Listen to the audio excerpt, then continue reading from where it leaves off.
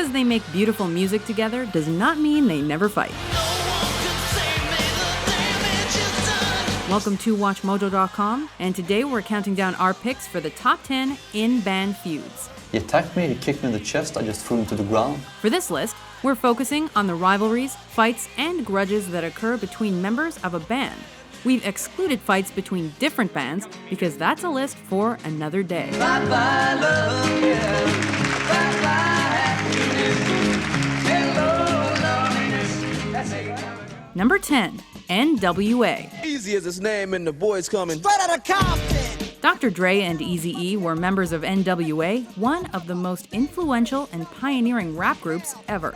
But eventually, as is often the case, money and contractual disagreements got in the way. Before long, the band members went their separate ways, with the battle spilling onto their records. Dre released Dre Day, while Eazy replied with Real Compton G's.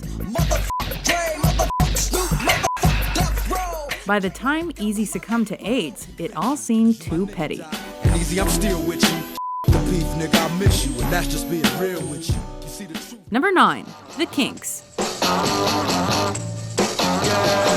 You really got me going. You got me so I don't know what I'm doing now. At the Kinks' core were two brothers who had a history of fighting since they were boys. Yes, there's always rivalry, tension between people who are related, but that sometimes helps music.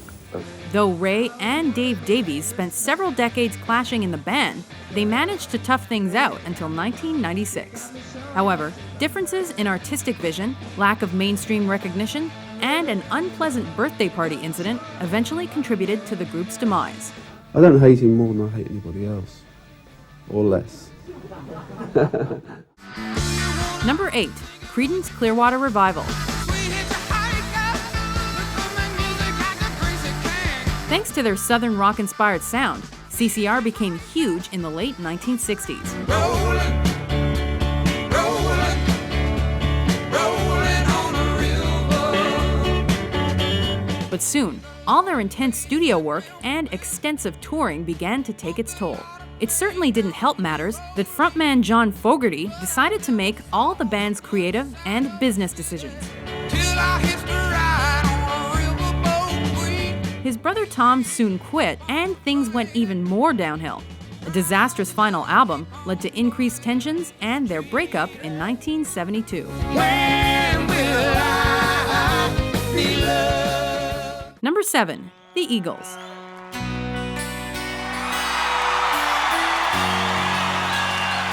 For the Eagles, tour exhaustion, health problems, and more contributed to the fallout known as Long Night at Wrong Beach.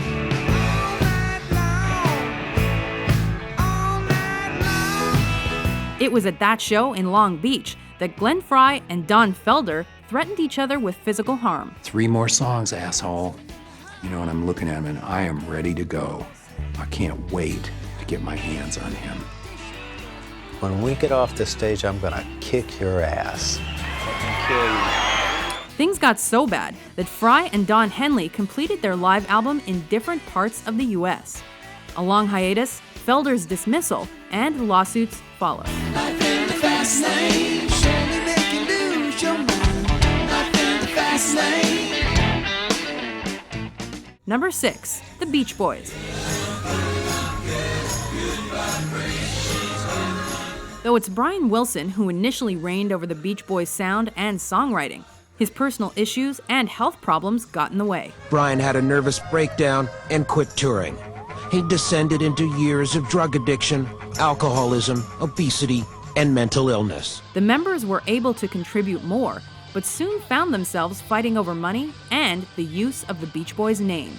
Despite a new album and 50th anniversary reunion tour in 2012, Mike Love and Wilson have no further plans to work together. That's why God made the radio.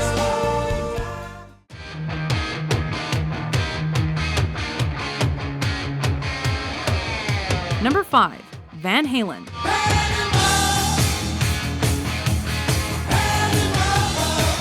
Thanks to an unstable lineup of lead singers, Van Halen stirred up a hell of a lot of controversy during their heyday. Though they rose to fame with David Lee Roth, the singer just couldn't get along with Eddie Van Halen. And though a change of style was accompanied by a change of frontman with Sammy Hagar,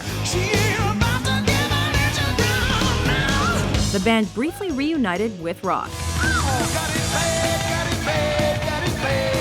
Their problems continued following a commercially disappointing stint with Extreme's Gary Cherone, and separate reunions with Hagar and Roth.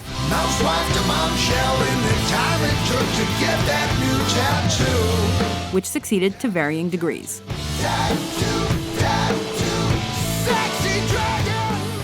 Number 4, Pink Floyd. Though Syd Barrett had already left by the late 60s, his worsening health further strained relations between bandmates.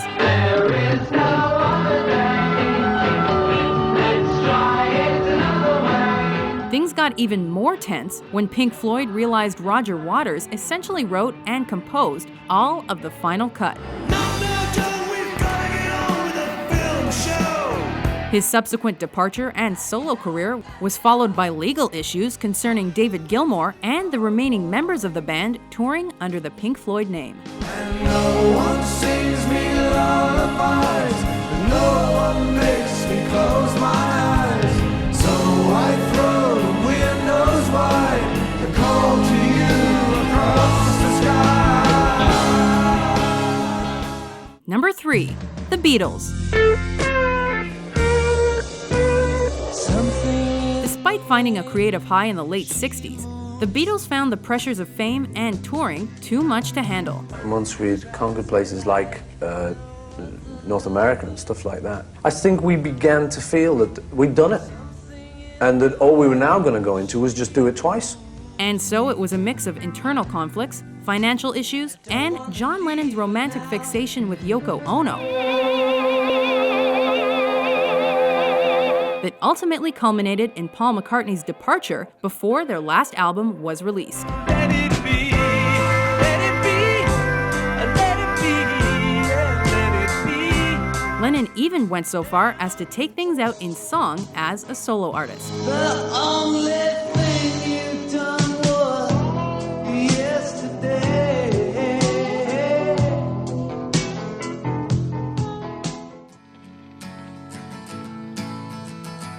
Number 2, Oasis.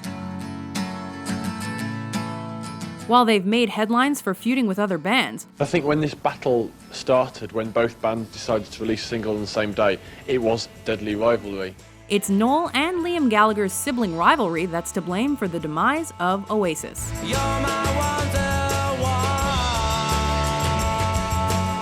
As is common between brothers, the Gallaghers had their share of differences, but this was nothing compared to their violent disagreements and bad behavior in the band. It's a real unnecessary violent act, and he's swinging this guitar around and he kind of,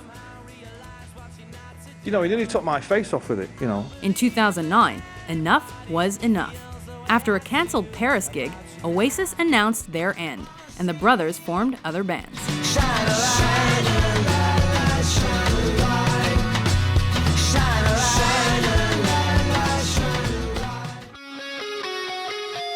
Number 1, Guns N' Roses.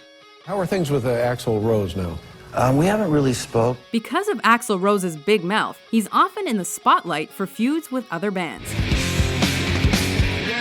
But the loud and obnoxious frontman is also notorious for all the Guns N' Roses infighting. Guns frontman Axl Rose abruptly ended his band set with some ominous comments about the band's future. Though he did spend some time as a hermit, it's his public trashing of former guitarist Slash that we'll never forget. It's a lot of attention put on a lot of negative stuff, and granted the negative stuff existed and might still exist or whatever. And the fact that he still tours as GNR despite being the band's only remaining original member.